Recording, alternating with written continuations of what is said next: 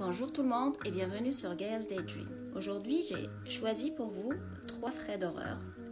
2 threads assez courts, mais justement qui laissent assez d'espace pour de l'interprétation personnelle et de l'imagination. Et un thread paranormal que j'ai trouvé assez flippant. Avant de continuer et d'aller plus loin, je vous rappelle de vous abonner à la chaîne et d'activer la petite cloche pour être notifié de mes prochains posts. Et si vous aimez mon contenu, n'hésitez pas à me donner le gros pouce bleu. Maintenant, installez-vous bien dans votre canapé, éteignez toutes les lumières et suivez-moi dans un nouvel épisode horrifique.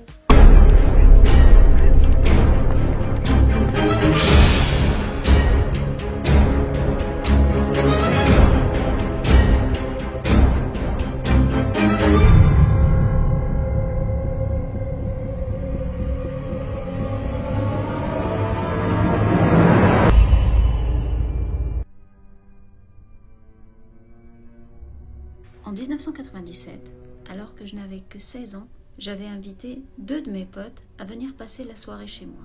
Je ne sais pas qui en a eu l'idée exactement, mais vers 22h, nous avions décidé de faire le mur pour aller visiter une maison abandonnée au bout de la rue. Je vous épargne les détails, mais notre plan est tombé à l'eau car on s'était fait choper par mes parents. Le lendemain matin, on est quand même allé explorer la maison. C'était une grande maison délabrée qui foutait les chocottes. Elle était sur 2 étages.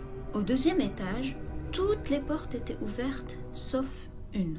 Nous commencions alors à entendre des bruits qui venaient de derrière cette fameuse porte fermée. De genre de bruits étouffés qui vous font froid au dos. Nous étions effrayés, mais la curiosité a pris le dessus. Donc nous avons forcé la porte et nous avons découvert avec horreur 2 filles dans un état lamentable. Elles étaient pieds et mains liés et leur bouche était scotchée pour ne pas qu'elles crient. Nous les avons vite détachées et nous sommes vite sortis de la maison. Bien sûr, notre prochaine étape était d'aller voir les flics. Et ce qui nous a fait encore plus flipper, c'est qu'en entendant leur déposition au poste de police, nous avons su qu'elles avaient été kidnappées et emmenées à la maison la veille au soir. Jusqu'à aujourd'hui, je me pose toujours ces questions. Que serait-il arrivé si les parents ne nous avaient pas chopés? Est-ce que nous serions tous vivants encore? Est-ce que nous aurions pu éviter quelque chose aux filles ou bien nous serions tous morts?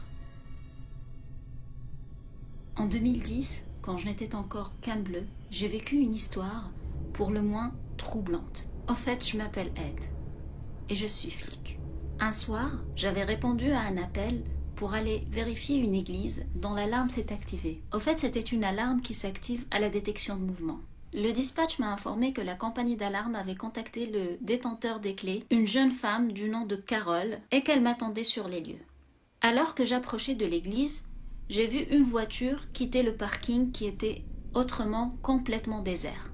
Je l'ai arrêté. Il y avait un homme au volant. Il m'a dit qu'il venait de verrouiller les portes de l'église et qu'il aurait possiblement déclenché accidentellement l'alarme.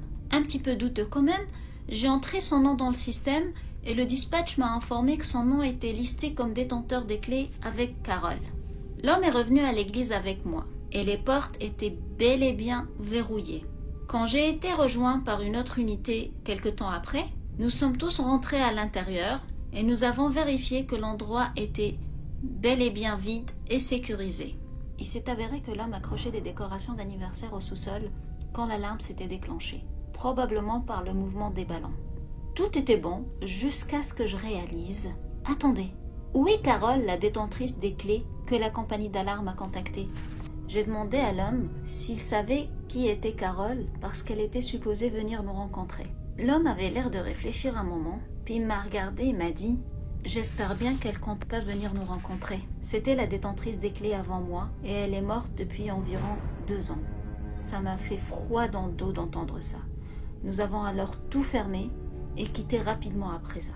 J'ai envoyé mon compte rendu au dispatch, assez flippé par ce que je venais d'entendre. Et ma peur a bien été contagieuse. Est-ce que la compagnie d'alarme a réellement parlé à Carole?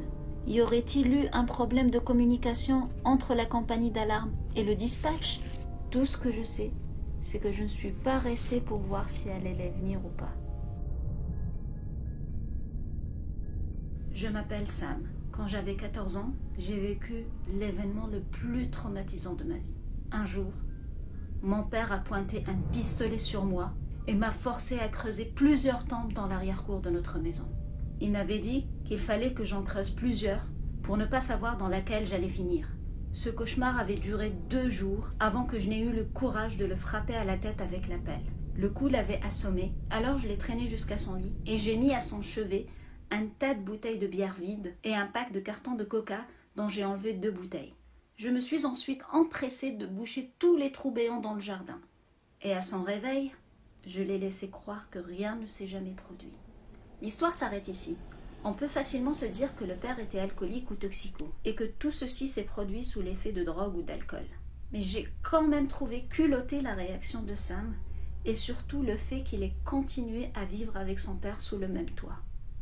Moi, je pense pas que j'aurais exactement fait la même chose.